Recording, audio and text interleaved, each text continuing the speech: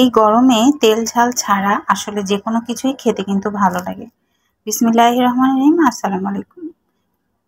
কোনো তেল ঝালের জিনিস আসলে এই গরমে খেতেও ইচ্ছে করে না, আর এই জন্য আমি খুব সহজে বানিয়ে নিলাম মজাদার চিকেন ব্রেড। চিকেন ব্রেড বানানোর জন্য এখানে আমি নিয়ে নিয়েছি অনেকগুলো বুকের মাংস। চিকেনগুলোকে আমি কুচি কুচি করে কেটে নিচ্ছি, সাথে আদা কাঁচামরিচ দিয়ে দিয়েছি। আর এই যে চিকেনগুলোকে বুকের পিসের হাড্ডিগুলোকে আমি সরিয়ে নিচ্ছি। হাড্ডিগুলো থাকলে আমার পিসটা ঠিক করে দিতে পারবো না, মানে মাংসগুলো দিতে পারবো না, আর মুখের মধ্যে লাগবে, যেহেতু ব্রেডের ভিতরে আমি এটা দিয়ে দিব।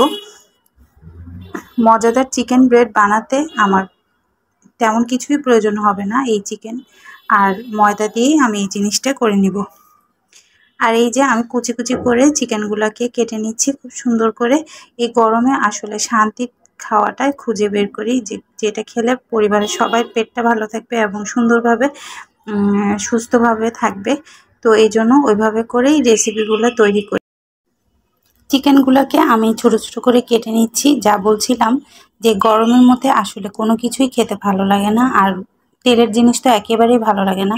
তো তেলের জিনিস বানাতে যেও আবার আমি ব্যাক করে চলে আসি যে তেলের জিনিস খাওয়ানো যাবে না, এই গরমের মধ্যে তেল খেলে আরও বেশি গরম লাগবে। তো খুব সহজে আমি এগুলা সুন্দর করে কেটে তারপরে সাথে আমি লেবুর রস দিয়ে দিচ্ছি। আর এখানে লেবুর রসের জন্য আমি এখানে 2 পিস বা 3 পিস পরিমাণ লেবু নিব, বেশি লেবু নেব না, যেহেতু আমি ম্যারিনেট করে রাখতে পারিনি চিকেনটাকে। তো এই জন্য আমি কম সময়ের জন্য আমি এখানে লেবুটাকে চিপে দিচ্ছি, তাহলে আমার সিদ্ধ হবে আর ভিতরে মশলাগুলো যাবে। আর এই যে আমি দিয়ে দিচ্ছি এখানে, কিন্তু আমি সয়া সসও দিয়ে দিব। আর পরিমাণ মতো সয়া সস দিতে হবে, যেহেতু আমি লবণ ব্যবহার করব। তো লবণ আর সয়া সসের দিলে তখন পরিমাণ মতো দুইটা দিয়ে দিতে হয়, কোনোটা বেশি হলে আসলে লবণ বেশি হয়ে যায়। আর যেহেতু ব্রেডের ভিতরে এখানের মধ্যে আমি একটু গুঁড়ামরিচ, মানে মশলা যেগুলো আপনার খেতে মনে হবে ওগুলাই দিতে পারেন। আমি এখানে কোনো সবজি ব্যবহার করব না, এখানে খালি আমি চিকেনটাই দিব। আপনারা ইচ্ছা করলে গাজর কুচি করে দিতে পারেন। আর সস ব্যবহার করব, আর এখানে একটু লালচে লালচে সয়া সস, আর আমি এখানে বাটার দিয়ে দিয়েছি আর একটু সয়া সস দিয়ে দিয়েছি। একটু লালচে লালচে করার জন্য টমেটো সসটা দিতে পারেন। তো আমি এখানে আর কিছুই দিচ্ছি না, এইভাবে করেই দিচ্ছি।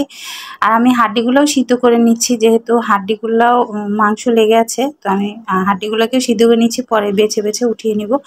আর এই যে আমি ডোটা আগেই রেডি করে রেখেছিলাম, ইস্টের ডোটা আপনারা অবশ্যই সবাই জানেন কিভাবে করে নিতে হয়।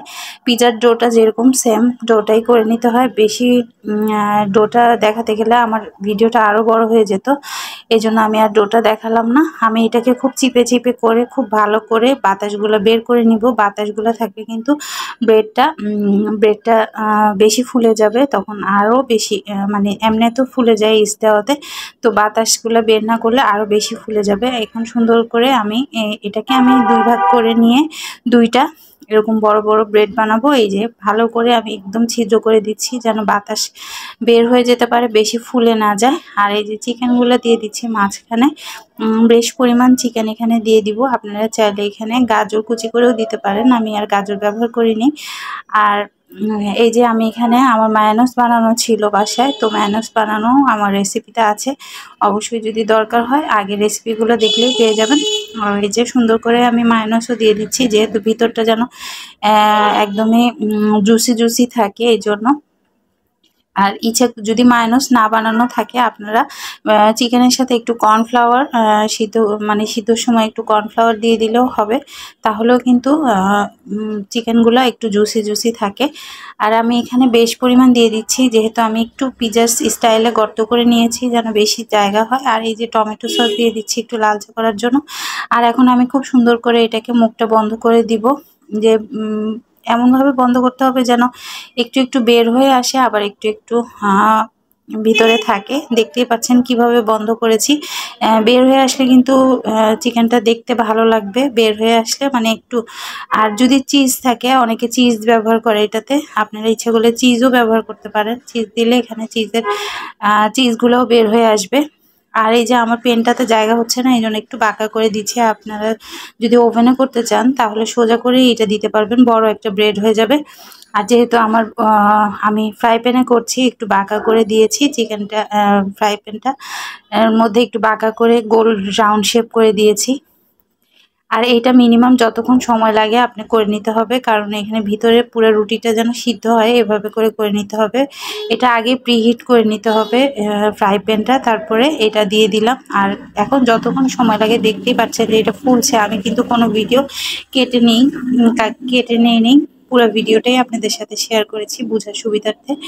আর এই যে দেখতেই পাচ্ছেন যে এটা আস্তে আস্তে ফুলে যাচ্ছে, কিন্তু অনেক সুন্দর ফুলে যায়। আরও ব্রেডটা যেহেতু ব্রেডটা